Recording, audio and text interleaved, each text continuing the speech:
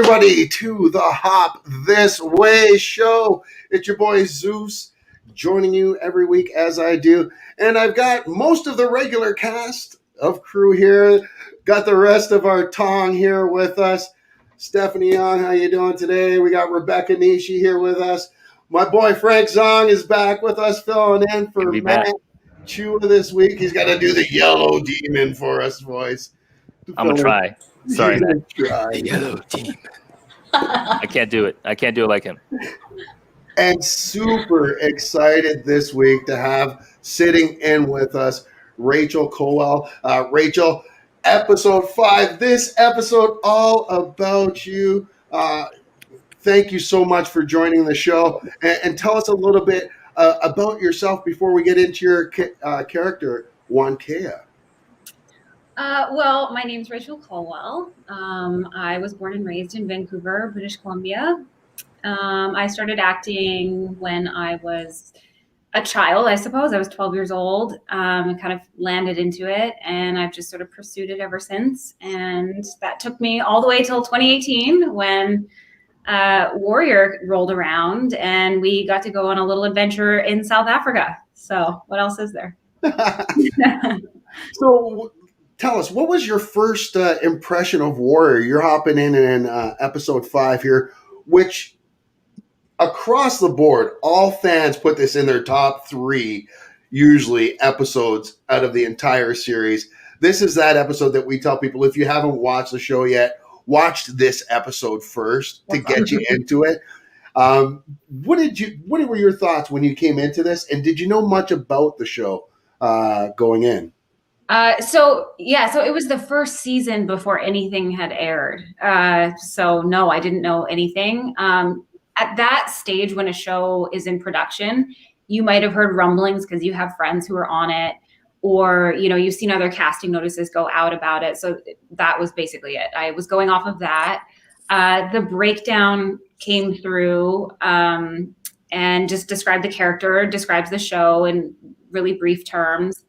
And, it was a small part, and it wasn't speaking very much. And I don't even know if I should say this, but my manager and agent sent it to me, and they were like, I don't know how you feel about this, but just take a read. You might want to pass. I don't know. And then I read the scenes. So they attached a whole bunch of the scenes, and I saw all the scenes that she had with Young Jun and all sort of everything that was, and even the final scene where she, comes back and sort of saves the day for a second there. So I got all of that, and I really had an understanding of like, oh, this isn't like, there was more to it, and it was really beautifully written. It was like quite a beautiful character. So even though she wasn't, there wasn't like a really heavy dialogue, and the show obviously did not revolve around her, I really felt like, oh, this is kind of a special character, and I was like on board right away.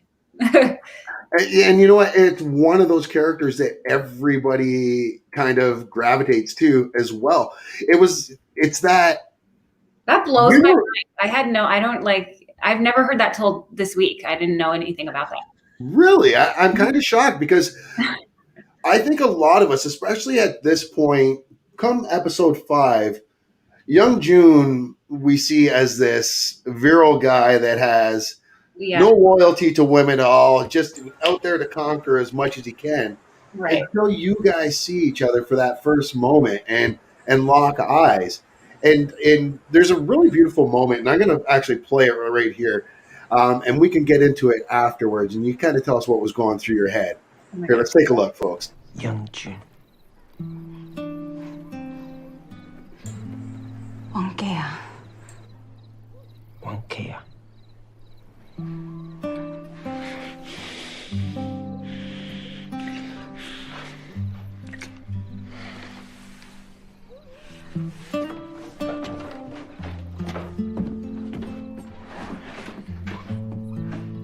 Just go with the girl, Young Jun. Just go with the fucking girl. I mean, wow, like a powerful moment, and it's built up through this entire episode when you guys meet, and you see the love between the two of you. You see that, and maybe love might be too strong of a word right off the bat, but for young June, I don't think there is any other way in his heart. Right. What can you tell us about you, Wankea, and kind of her side of things and how she felt about young June? Because as we know, for those, we're kind of jumping all through this.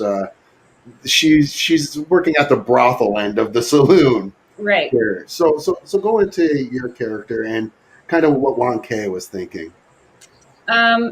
So yeah, like you said, she's working at the saloon in the middle of nowhere, and I sort of just imagine, like, God, imagine the things that she's seen and had to deal with, and especially for the period too, you know, sort of ethnically and everything that was going on, you know. So I just thought, gosh, it's just this grim world, and you sort of got to see the other patrons in the saloon, and they were not excellent people, all of them. So yeah, I just sort of pictured a life that looks so hard. And then she sort of stumbles across, just by chance, this person who comes in who visually looks so different than anyone in the West, and the way he's dressed and everything about him, right? He's such a distinct person. Armani suit. And what, sorry? What, in Armani suit, no? In this perfectly tailored suit, with so much confidence and so much presence, you know. And I think he looked at her differently from other men she ever met before. Yeah. I sort of pictured that there was like a lack of judgment on both of their parts, which they don't often experience. And that sort of cut through immediately. Like, he didn't see all of, like, you know, the brothel, and because he grows up in this, you know, gang, he's always in brothels, right? Like, that's right. Yeah. So there's not judgment on his part, right? Doesn't he say he's the son of a whore, you know? Right. Yeah. And that's another thing too, is they have that connection as well. And Young June says it early in this, where, you know, he doesn't have a real place in the world. Because when Assam's talking about where he had been to China, and Young June's like, I've never been to China before. He's like, I'm a Chinaman that's never been to China. And then he's like, so he doesn't belong in the States, but he doesn't belong in China either. And he felt like he didn't have anyone. And he looked at Wankea the same way, is which is where I kind of find where a lot of that, I don't know, the attraction came, and that mutual respect, maybe. Yeah, they're both just sort of like wandering souls, or they're both just sort of untethered, and yeah, I mean, she's away clearly from her tribe, and, you know, she's like, living this life, and so that translated when we were there in person. We remarked on that. We felt that. We sort of said, like, these are two people who, and how refreshing it must be for both. Like, she's not judgmental about anything, and he, so anyway. Awesome. It's a great love story. But this episode itself, anything but I guess I shouldn't even say that, though, because I guess there's multiple love stories being told here, Wankea and Young June, but also between the owner, and his wife. Right. And that is C.S. Lee, I believe, from Dexter. Yeah.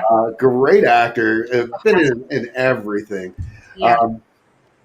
But this episode is, maybe that's part of the appeal for so many, is it does touch on everything. It's got that Western atmosphere. It's got that love atmosphere, that true love wins out.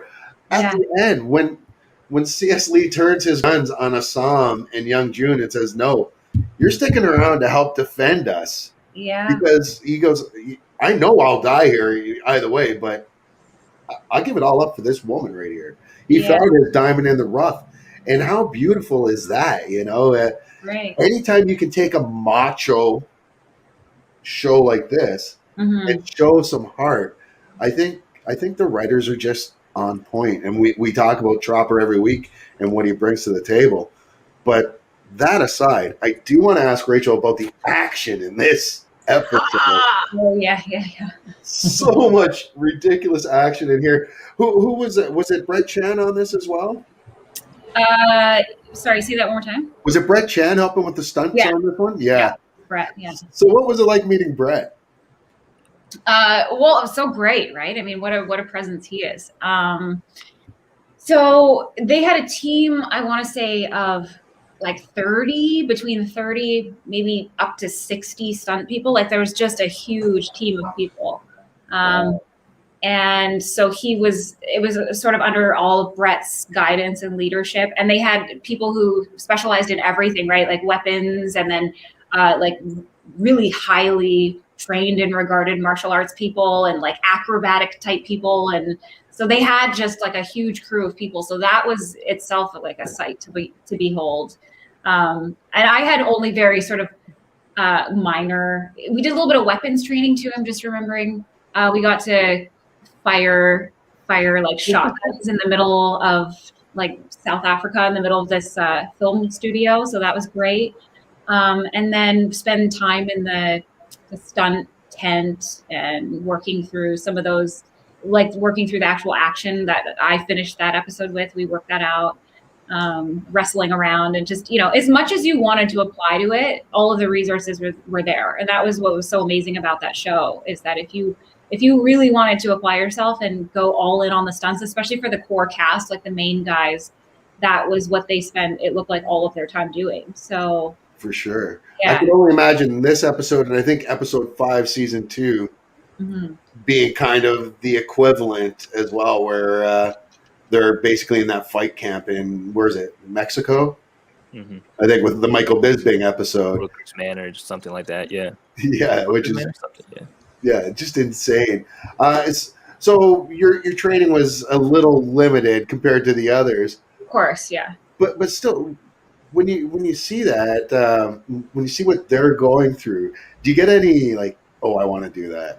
Like, somebody let me in there. Yeah, of course. I mean, do you mean in terms of seeing, because, you know, for when you sort of book a role like that, and then you have the opportunity to have every tool at your disposal, right? Like they have so much training, and just if you want to go all the way in on that, you have like nutritionally, there's people that are guiding you. You have, you know, stunt people. You're working out every single day. You have nothing but, you know, resources at your disposal. So yeah, it definitely made me. I think that's every actor's dream, right? To book a role where it's like, this is going to be a transformation of like mind, body, spirit, like dedication to put yourself to the limit to see what you're capable of doing. So that, but you know, for me, obviously it was a tiny, like, you know, just a drop of that. Cause I mean, I think I was only there in total for 2 weeks, which is just like, right. I went straight on to Budapest after that to shoot Jamestown. So I flew straight from South Africa onwards. So it was just like a brief window that I was there. Right. Yeah. Oh, wow. In Jamestown, we're taking a look at right here. Awesome. Wow. Look at that. Now, 3 seasons? Yeah, so I did 2. I did the final 2. Now, what can you tell us about Jamestown? So it's a period piece set in the 1600s based upon the first British settlement in Jamestown, Virginia. Only it chronicles, I think, in roughly 1619, there was a shipment of women. So they sent over first men who were meant to colonize the space. And then roughly 10 years later, they sent ships full of women who were sort of brides that were their passages were paid by the men who were colonizing the land. And so this was meant to follow the journey of those women, like the first ship of women to come to this new world and to acclimate with these men who hadn't seen women in 10 years. Like that was basically the Spark Notes version of how that came to be. So it's a real feel-good history show. Yeah. Yeah. That's great. Now, did you have something there, Rebecca or Steph? Yeah, I would like to know if Jonathan Dropper interviewed you for the show. Who cast you? Did you talk to him? I didn't actually. I think because that seems like something he would have probably done with the series regulars. Like at that level, it's sort of like you have to go through everybody and really, you know, and he's the creator of the show. I think episodically on my level. We just went through a casting director that was out of New York. And that was who coordinated everything. And that was who all the communication was with until I actually landed on set. So. Great. Because I've heard some things that he usually have a little chat with the actors just to be sure there's no asshole in the show. So he makes these interviews. Yeah, I think it works because everybody says that every job that I have done, there's always one. And in Warrior, there's none. Everyone's so cool. Yeah, that's such an interesting point. And if he does do that, that would make a lot of sense because they're just truly beautiful people. Like, I was amazed by just how lovely and humble and like a family wonderful everybody was. Well, and they don't have to be.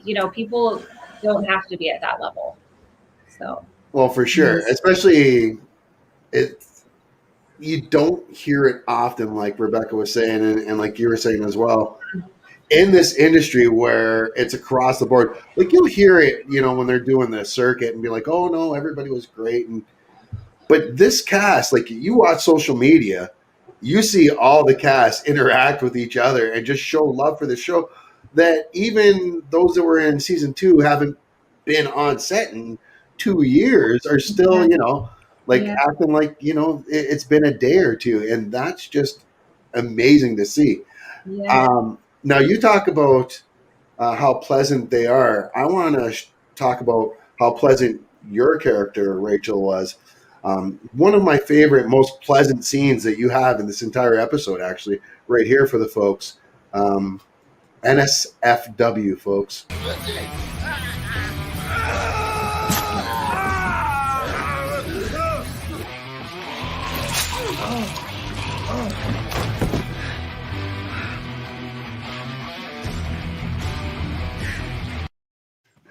That smile, Rachel. There's some truth in that smile right there. It feels like you've given that smile to somebody else before. Maybe not the murderous way, but in the see, I told you I could badass. That was so fun. Gosh, I forgot about that. That was so fun. You don't get to do that very often, that's cool. Yeah, see, that's the thing. It's the lack of dialogue between the two of you. Yeah. That's it. Like, and I mean, I lost myself again, and we're talking obviously, but just thinking back to the episode, I lost myself again, like thinking back through that episode. And if you get me to sink in and forget about things, then I'm in. Like if I am sucked into a scene and all of that, and then that scene where, you go out the window and it just hits me and then you're badass, like you capture me. Okay. And I sat, as I'm watching you, I'm daydreaming of season 3. She appears and something happens and there's a whole little, I started daydreaming. Right. They need to meet back up. They need to meet back up. This needs to happen. I need to see them again. It's so funny because I hadn't thought about that at all, except when I was on set, Jason Tobin did say, he was like, wouldn't she show up in San Francisco? Like, this is so, it's such a, because, he had the view of the whole, everything he had shot already and how his relationships had transpired. And he sort of said, this seems like too special for him to just sort of leave behind and never revisit. Like, maybe you'll come back, but that's sort of never. Or maybe he goes looking for you. But you have gold now too. Right. I have what? Oh yeah, I have gold. Yeah. That's the thing too. He gave me gold. Wasn't that nice? Yeah, right. So you may have started your whole new life now. Yeah. And you could be coming back to him and asking him to leave his life. Right. What a great storyline right there. Oh, geez. It's amazing. I mean, you sort of having this conversation reminds me that how much people are drawn to like narratives of love and true love, right? Like we love action, we love gore, we love, we love cool characters, we love all of that stuff. But like at the end of the day, what really like hooks you into things on a human level is like that, like the part of inside of you that wants that type of love, right? So when you see it, and especially in this character and with this couple where so much of it was nonverbal, right? And I'm amazed that so much of that even translated, that people are saying that now about that. Oh my God. It was, all of it was nonverbal, right? Isn't that incredible? But also the language shift, because then in the end of that scene, he switches back to English and go with the girl. I mean, just go with the girl. I mean, oh, that got me. Yeah, that got me. Yeah, I'll admit, that first scene that I was watching, just as a fan of the show, I was watching when Young Jun and Wankea's characters just first locked eyes, and you kind of zoom in on both of them separately. Yeah, I'll be honest, because I've seen the Young Jun character up to that point, and I was just kind of like, is this gonna be like is this gonna turn out to be some sort of like weird joke? Because like up to that point, I kind of didn't know what the show was gonna fully go into. So I was like, is this one of those like backhand? It's like backwards, like not backwards. Backwards is the wrong word, but just like those like sly humor jokes. But like how fast you guys were, and with your character being a major part of that, right? It's like how fast you guys were able to take that in my head from that. It's like what the hell is this to, oh man, this like changes the tone. Like this like changed the tone of the show. Like it legitimately, because I'm not a big romantic movie watcher, but like I can appreciate it. So it's like oh man, I'm came for the action, but it's like oh, there's this whole other side. That's just my experiences watching the show. Yeah. Or watching the episode. It kind of harkens back to, because we love those love stories. I mean, as a like culturally, as a society, right? Like when you think about, like even the movie like Natural Born Killers, it's like where they're both people on the fringes of society doing really bad stuff, but for whatever reason, these two souls have found each other, and something about that narrative like just makes us helpless. Like it's like Bonnie and Clyde, it's that classic, and it's really hard to nail. I don't think it comes along frequently, but when it does, you sort of just want to watch it play out. I don't know, I guess. Wow. Yeah, that's great. Now I want to go watch all those movies again and start off with Heathers. I'm showing how old I am now. Oh, listen, we've already established that. My sister hated that movie because her name is Heather. And by this point of the season, we are already in love with Young Jun, and Asan is having his relationship with Penny. So he's kind of have his romantic thing. And so in this episode, when Young Jun meets Wankea, so I mean, we love that, that he fell in love, and that he possibly could have this kind of story. And speaking about the owner of the place, you were saying, Young Jun tells Asan, this would never happen in San Francisco. And Asan give a thought. He probably thought about Penny, because he is living this in San Francisco, but Young Jun doesn't know. So right, that's a good point. Or when Lee makes the reference to Assam, hopefully when you go back, you have something to fight for. Ding, ding, ding. Yeah. Right. This is so interesting, because I hadn't even considered that this whole episode was about love, but then exactly what clever writing, where they had dropped in the perfect the perfect measurement of it, where it wasn't gonna overpower the recipe that was making it work, but it was I have to go back and watch it. It's funny, it's literally been 3 years I think since I've watched the episode. I have to go back and watch it again. Amy says, and thank you. Hey, Amy Lee, how you doing? She says, this was the most powerful episode in season 1 for me. The racism faced by the guys in the coach and the saloon still applies today. Not only that, let's remember Wankea herself. Don't forget the douchebag that ran in the stagecoach with him, that refused first to have sex with her because I won't sleep with a red or whatever, however he put it. Yeah. And then, was only going to do it out of spite later on. Right. I mean, this show touches on racism even when you don't think they are. Yeah. Like, the show is so ahead of its time and so modern thinking. And to think that they filmed so much of this 2017, 2018, before we got into a lot of this. It's a lot of great forethought and a lot. It's good to see that a show like this was ahead of the curve. Yeah. You know, they weren't just reacting like a lot of other people. And don't get me wrong, I don't mind knee-jerk reaction. It's still a reaction. Mm-hmm. But it's good to see shows like this where, you know, they're addressing it head on, addressing it before, you know, it's the fad to do. Yeah, I mean, it was totally ahead of its time in that sense. And it was also at the same time not. It was about time. Like, to see a show where there's two Asian males who were being seen as sex symbols, like they were, you know, sort of like Robert De Niro and Joe Pesci, but you know, like wait, who's saying Joe Pesci is a sex symbol? I just mean like that the combo of just total like Casino. You've never seen Casino? Like, Joe Pesci has something about him. He's kind of a little swagger. There's some swagger. Listen, I mean, I don't want to say anything because Joe Pesci still scares me. I don't care how old he is. I do believe he would stab me in the throat with a pencil. But yeah, no, I get what you're saying there. It was about time, and I know that when it happened too, to me, just watching and being there, it felt special. It felt monumental. It felt like, I'm so glad this is happening, and also, you know, it's about time. Of course, it should happen. You know, and did you feel any Bruce Lee spirit kind of thing?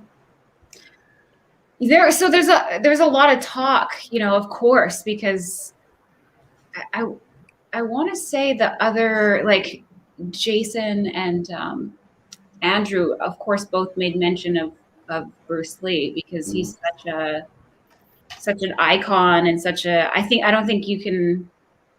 I mean, he is the first sort of like Asian American real superstar, right? Yeah. So like, I don't think that you can.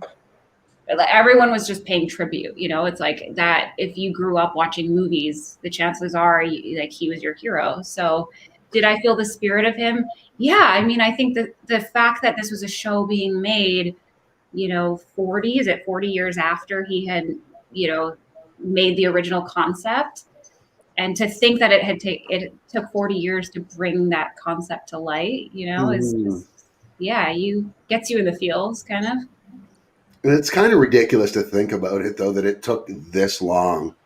And I don't know what's more ridiculous, that it took this long to see it come to fruition without, you know, them recasting it as Brad Pitt or some character like that in the lead. And nothing against Brad Pitt. Brad Pitt's one of my all-time favorites. But, I mean, why is it taking so long to get to this point? And why are we having trouble getting a season 3? Especially with the anti-Asian sentiment that's going on right now in the world. Mm-hmm. And with this show being universally loved by everyone who comes across it, Mm-hmm. why is HBO sitting on their ass and not being like jumping on board?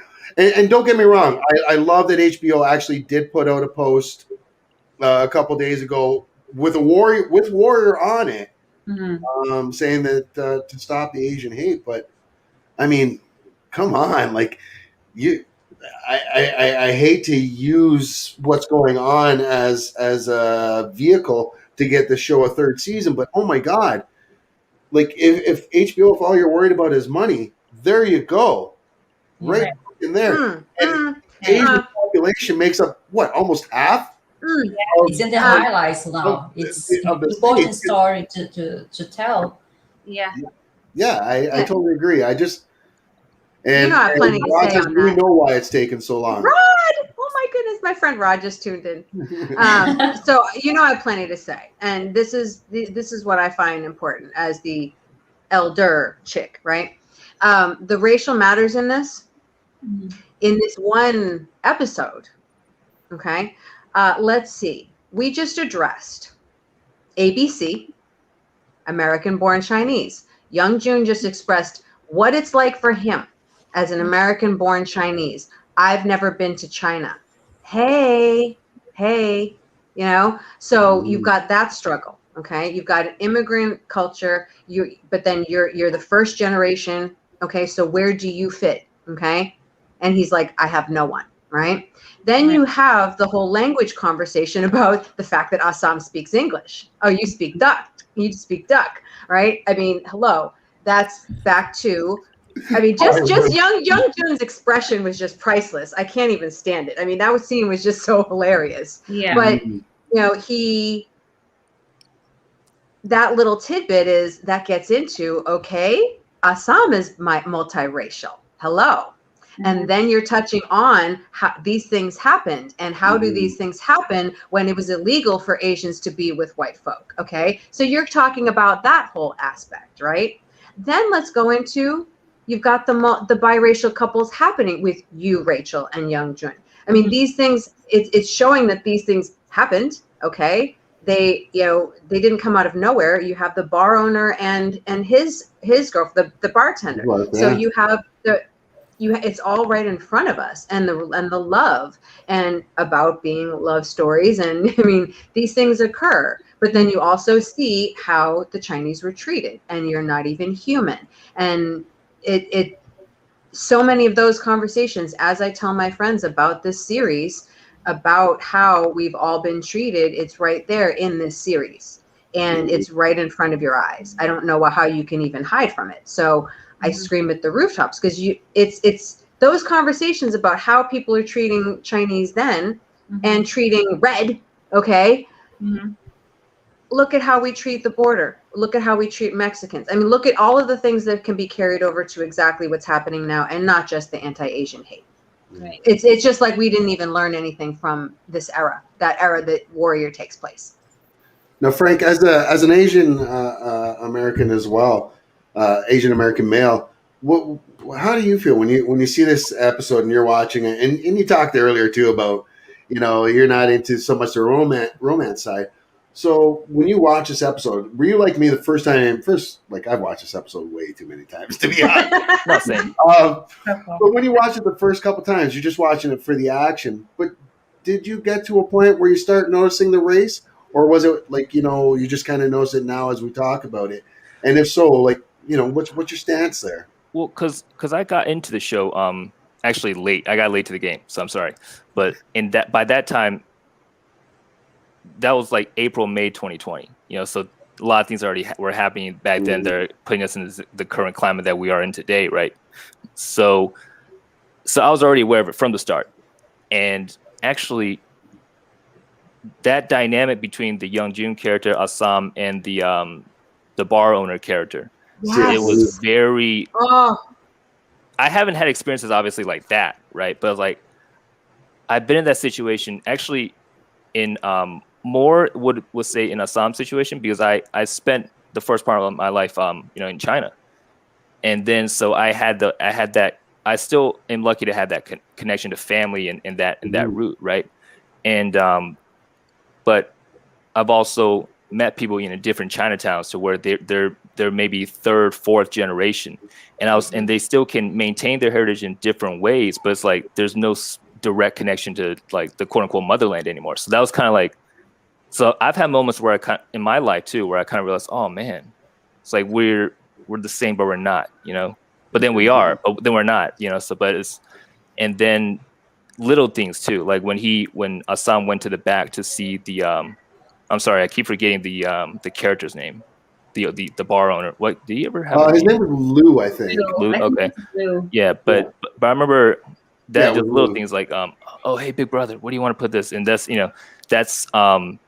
how we would say it if we were speaking in Mandarin. It's like, oh yeah, go. Like if it's like an older kid, it's like, oh, go play with big brother. It's like, oh, big sister's gonna take you to go get some candy, something. Or and also, sorry, I'm ranting now. But when he was when he told Assam about his wife or his woman there, I'm not sure. I guess they couldn't get married at the time, but and they had that look, right? And he said, "See that little brother? Well, that little lady there, she is my gold mountain, right?" But and the thing is, like, for the Mandarin speakers out there knows, like the Chinese speakers out there know too, right? Gold Mountain is San Francisco in Chinese. Oh, really? So it's like Wow. So that's the literal translation. But oh yeah, I got a niece and nephew in Gold Mountain. They went there for school and stayed and worked. It's like, oh, I'm gonna fly into Gold Mountain. Yeah. Damn. So thanks, Frank. Yeah. Yeah. So that did like, him bringing out the food. And he's like, "Oh, you homesick? I got some rice wine in the back." I was like, "Oh man, I have memories with rice wine, so, rice wine and family." So that's why, like, yeah, in some ways it did hit me like very strongly. Like I did not anticipate that. That was like a sucker punch, like right in the gut in some ways. So and on top of the other side with the romances and like showing them in different dynamics. Right. So. It's got it all. Sort of screams about the importance of having like authentic representation in the writer's room too, because there's certain things that we just can't know everything. We can't communicate everything. Like we need to collaborate in order to tell truthful stories. Like we have to, and stories that are going to resonate with people, right? Like that's so interesting. I had no idea. I didn't. No, me neither. So no, like a dozen times, and I didn't know what any of that meant. Big ups, Frank. Thank you. Yeah, no, thank you for real. and everything else. I would have never have known that at all. Now, Rachel, just because we're kind of on this kind of kick right now, what about yourself? What's your background? Native Canadian? Yeah. So my mother is Anishinaabe from Manitoba, a little place called Crane River. And my father was Caucasian Canadian. Nice, right on. Now, growing up in Canada, I find, at least for myself, one of the big misnomers about Canada is how nice we are. Yeah. And how accepting we are. Yeah. Now, I'd say it's nowhere near what we see happen in the States, but we do deal with racism here in Canada as well. Have you had to deal much with it yourself at all? And if so, what have you done to like kind of overcome it? Yeah, I mean, oh gosh, sometimes it's so funny because we're having so many conversations about this recently. And I know, all of you must know that on one hand, you're like, I'm glad we're having this conversation. On the other hand, I'm exhausted. Like what, you're like, how do I, So, I have to say, growing up Native in Canada, like I think of all the ethnicities you could be in Canada, historically, that one's been not, if you could pick, that's been not the one to pick. It's just I grew up to, and this is the thing, right? This is what is so interesting about Warrior is that you watch characters deal with this and not complain about it because it's so commonplace. They're so used to it. It's just what people have historically had to deal with. So I grew up to stories from my, great grandfather who lived until I was into my teens. And he talked about times when, they were prisoners on the reserves and he couldn't leave without a pass and not being able to vote and like things like that. Right. So that's the history that I come from on that side. And it's only recently, within the last 5 years, have we been having conversations about what life has been like for Indigenous folks in Canada. Only recently have we been having those conversations on a sort of like national level. It's our black eye. It is our black eye on our country. Like the residential schools. Yeah. And here's the thing, like everyone on that side of the family went, and it didn't click for me until recently. When I listened, I remember the stories that my grandmother would tell about running away from school, at age 10. And I was just like, oh, I thought everybody did that. I didn't know that that's like what that was, so there's a lot of stuff in there that culturally you're sort of just conditioned to accept until you start having these conversations, right?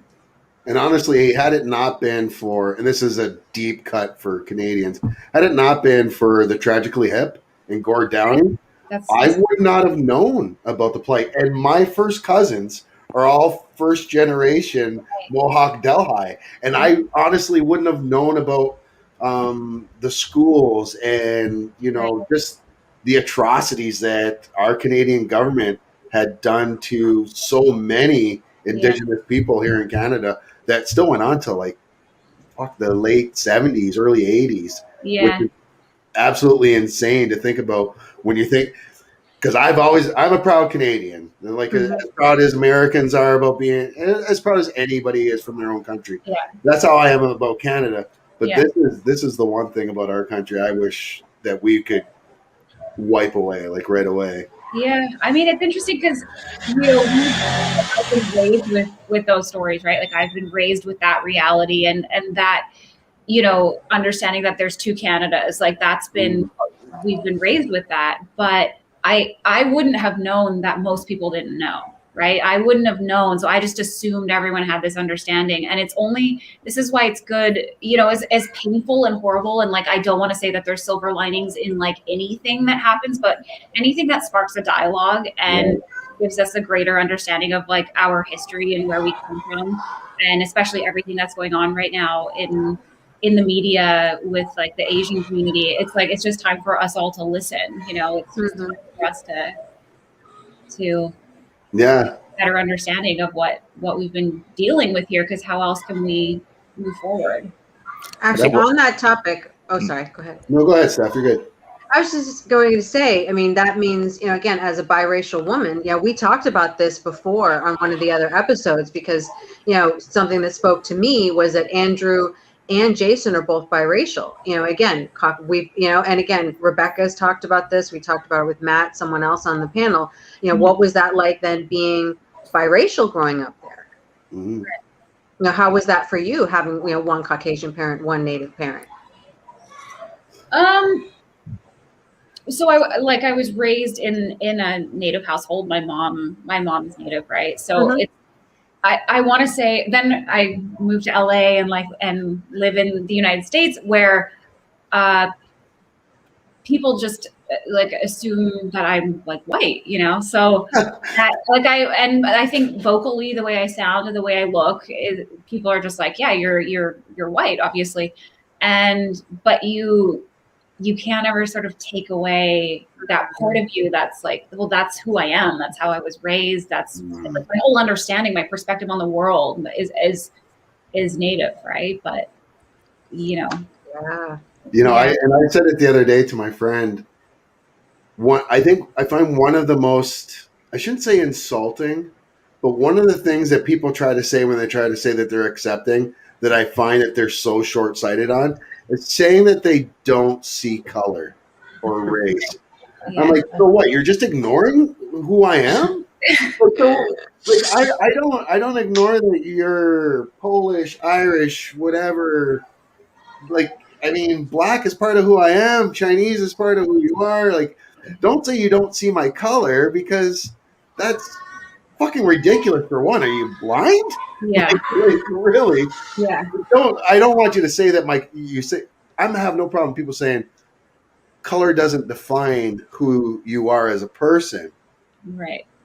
But don't tell me you don't see my color. You don't acknowledge my upbringing or my background or my history, because I'm not going to ignore yours. I'll give you that same respect, you know? Right. And I just kind of, I find that that's one of those things that everybody kind of gets wrong when they're trying to be, I don't even want to say woke, because it's one of those things that said on the left and the right, I find, where they're color.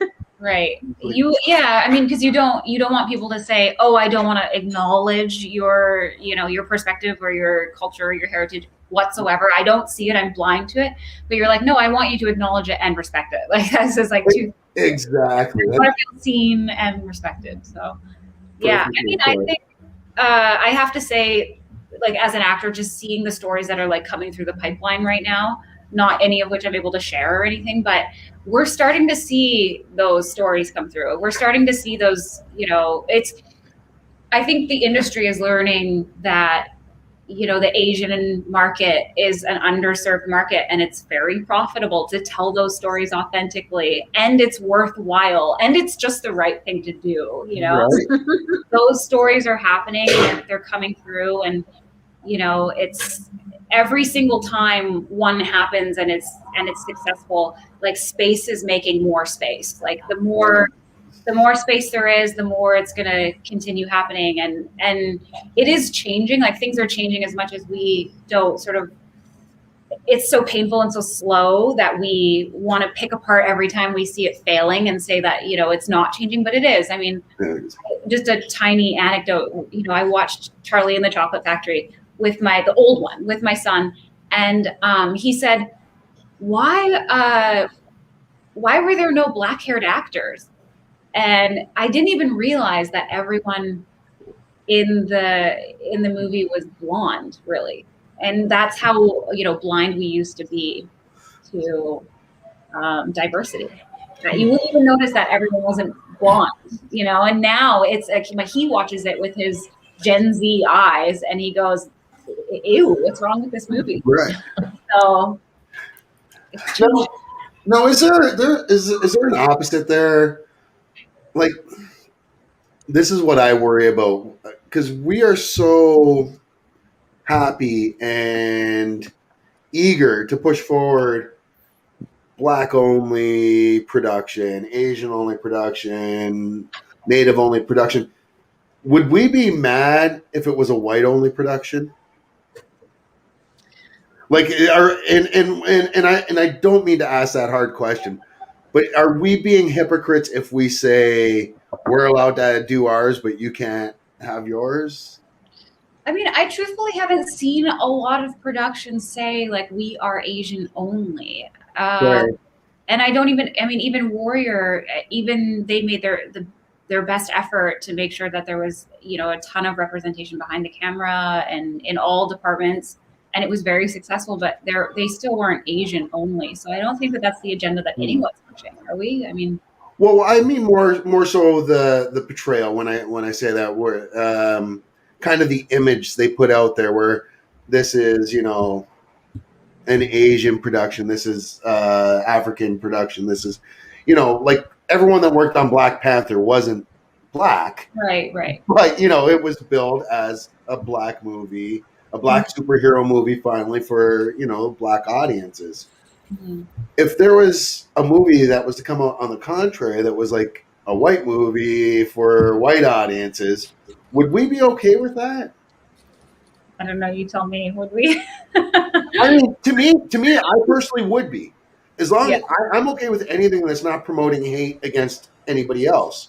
Mm-hmm. So if you're celebrating your race, which I don't think white is a race, but you know, I mean, I have no problem celebrating your nationality. It's when we start hating on others or saying that our nationality is the best because, you know, the others are dogs. Like, we all bleed the same as the way I look at it.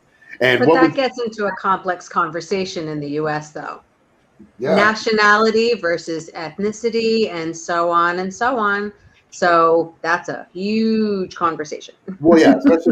I mean, I want to say that, like, I think things are just better when we collaborate, period. Right? Like, yeah. I don't think it's good to have any sort of thing be this thing only, like this race only. I mean, I don't. That's sort of just sowing, you know, more seeds of like segregation and you know, apartness, right? We don't. Taking it back to Warrior specifically. I found working with Kevin, our director, who is Filipino American, I'm pretty sure. Now I have to check on that. He was so sensitive culturally towards me, and I just found that so refreshing and so wonderful. Like, more so than I have found with any other director on any other. I just felt so seen by him, and it was something that it was just like, you know, ethnic allyship. You can only get that from, you know, he's been through his experiences in his life, whatever they are, and he just knew instinctively to ask like sensitive questions, and he did. And I've never felt more sort of like respected or seen by a director. And I thought, wow, and that can come from an Asian male director. Like, so it doesn't have to be a Native American female director in order for me to feel sort of like respected and seen and honored in my work. It could be anyone. It's just better when we collaborate, right? And I think you brought up a great point there, and you just said it again, is the collaboration. Like, the more people you have on, the more it looks like everyday society. Right. You know, like when I look at my kids' school photos, I'm not looking at the cast. Well, I was going to say the cast of Riverdale, but that's actually pretty diverse as well. Right. When I was growing up. Oh, speaking of, we spoke about him earlier, but joining us right now, what's up, Brett Chen? How you doing, Brett? Hi. Hi, Brett. Good day. Listen, I don't want to embarrass Brett at all, but I came across some video the other day. What was it? America, or what was it? The world's deadliest warriors? Yeah, Deadliest Warriors. Yeah, that was Was that you who amazing. showed me that? Was it Yeah, you who it was. showed me that, Brett? That was. I think that was the first episode I saw that show too. It was just. It was It's- Brett on there. Yeah, and I remember one segment where he used I forget the name of it, but it was like a huge samurai club, and Yeah. and they had like a cow leg, and Brett just went straight through like smashed it. I was like, oh shit. Where is it? I want to find this video. Oh, I'm finding it right now, and I'm going to put it on. Okay, good. So don't you worry. What was it called? Deadliest Warrior? Deadliest Warrior. I think it's Viking versus Samurai. They compare like different groups of warriors throughout history from different parts that never actually met. Oh, damn. Well, I can't find it here. He's saying, "Uh oh." Yeah, I saw that. Well, see, that's what happens when you produce and host at the same time. Oh, and that's the name of it. I'm cannibal. I'm about to butcher the pronunciation. I'd rather you butcher it than I do. Cannibal? Oh boy, Oh, boy.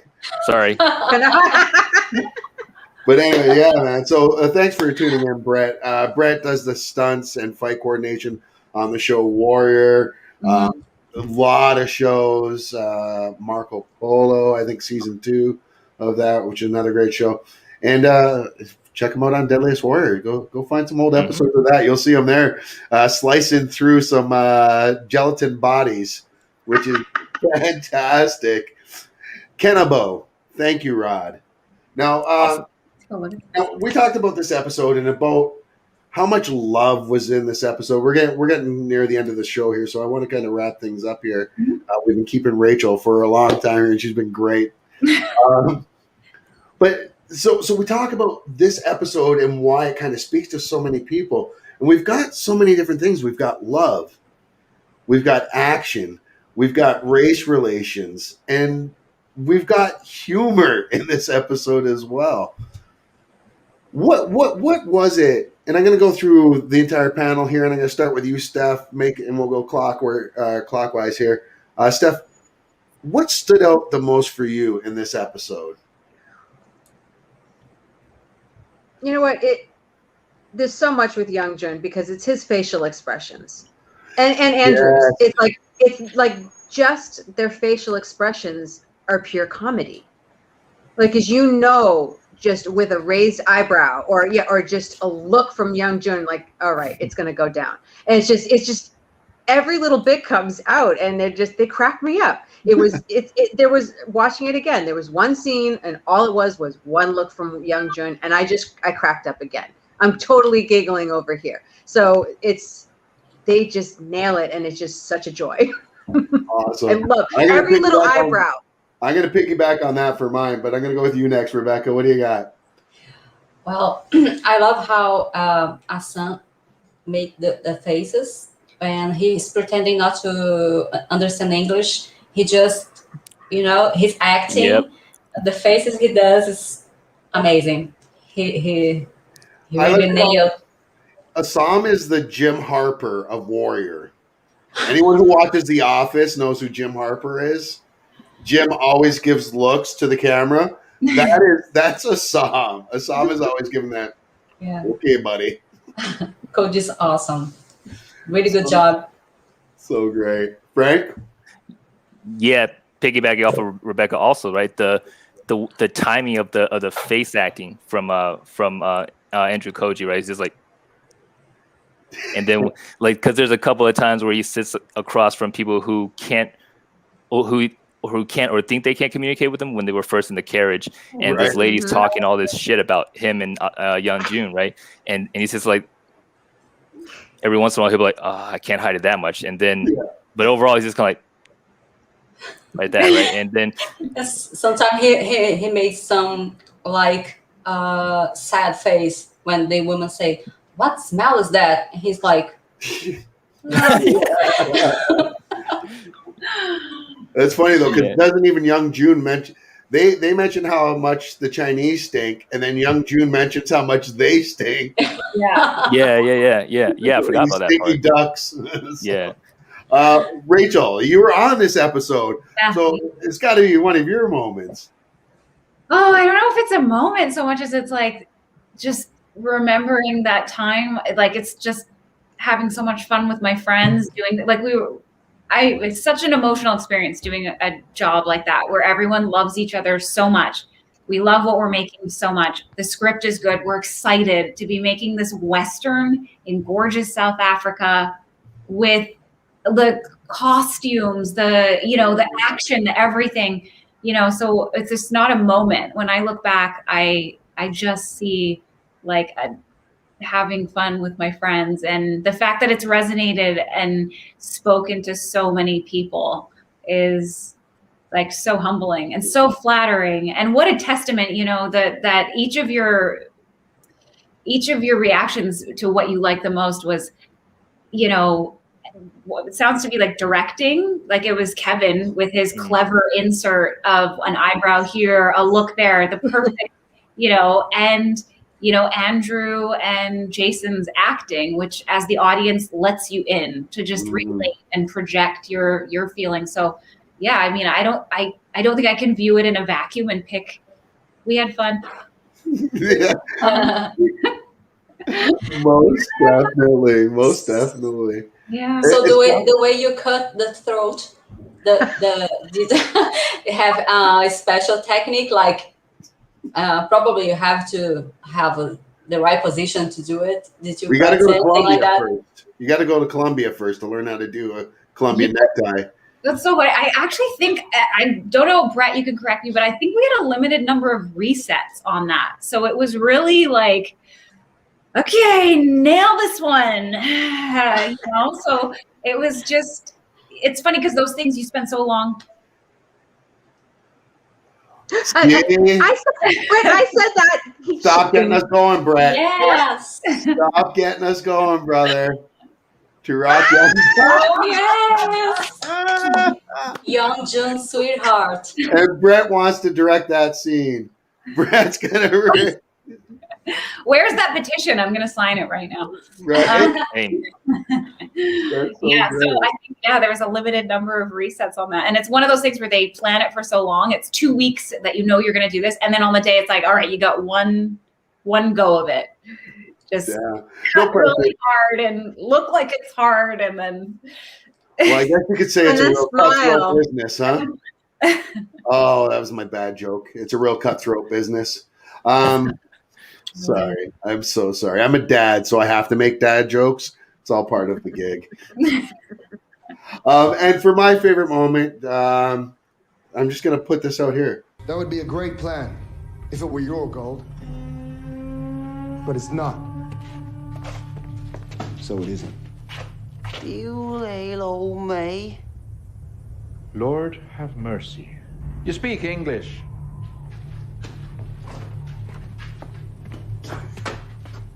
We're not leaving the gold. 你幾時學英文啊？都有去轉變。唉，得閒先講啊。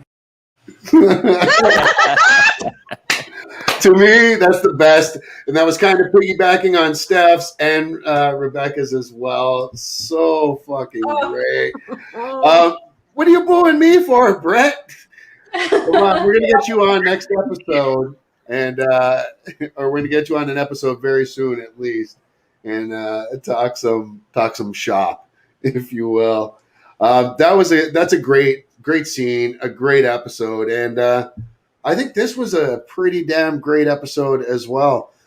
Rachel Colwell, I want to thank you so much for taking the time out of your day. I know it's early in the morning out there.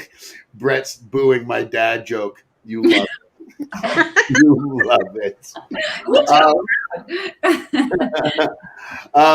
But what do you have coming up? What can you tell folks? Where can they watch for you? What do you got upcoming projects?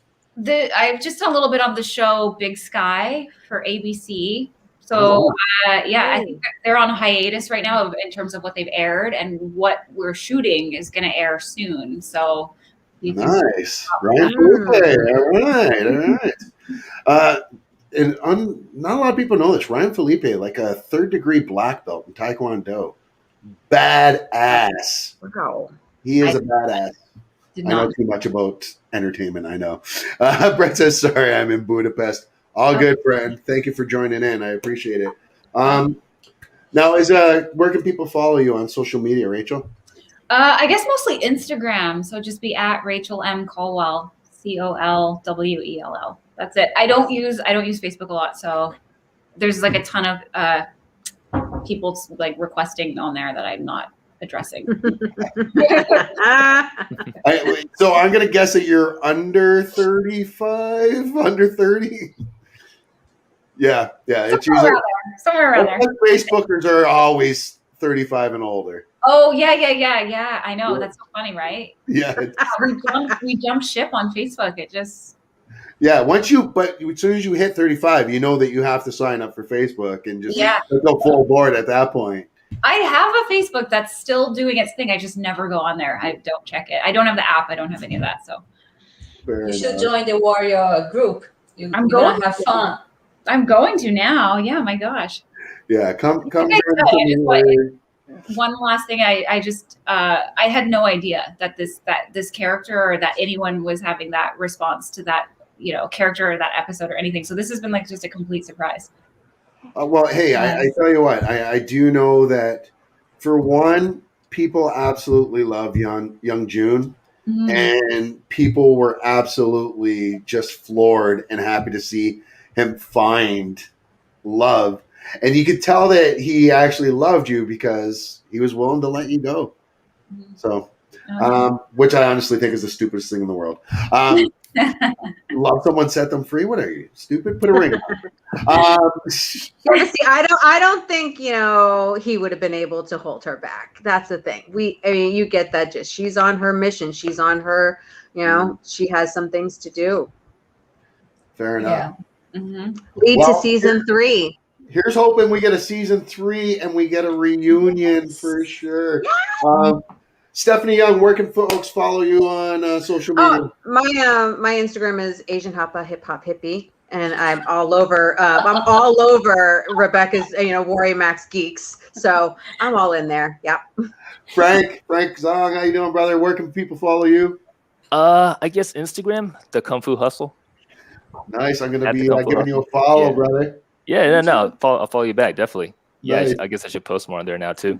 But no, I really should get on there more. So And it's the Kung Fu Hustle. the Kung Fu Hustle, yep. All right. And Rebecca? I have Max? Yes, Rebecca Nishi and Warrior Max Geek. Awesome. Folks, go give us all a like and support. And if you like this show, you're watching the show, you obviously love Warrior, go out, send messages, flood HBO Max. Let's get us a season 3. Let's get us the reunion of Young June. Please. Brett. Folks, for Stephanie Young, for Rebecca Nishi, for Frank Zong, for Rachel Colwell, I'm your boy Zeus. This has been another edition of the Hop This Wei Show. Peace. All right.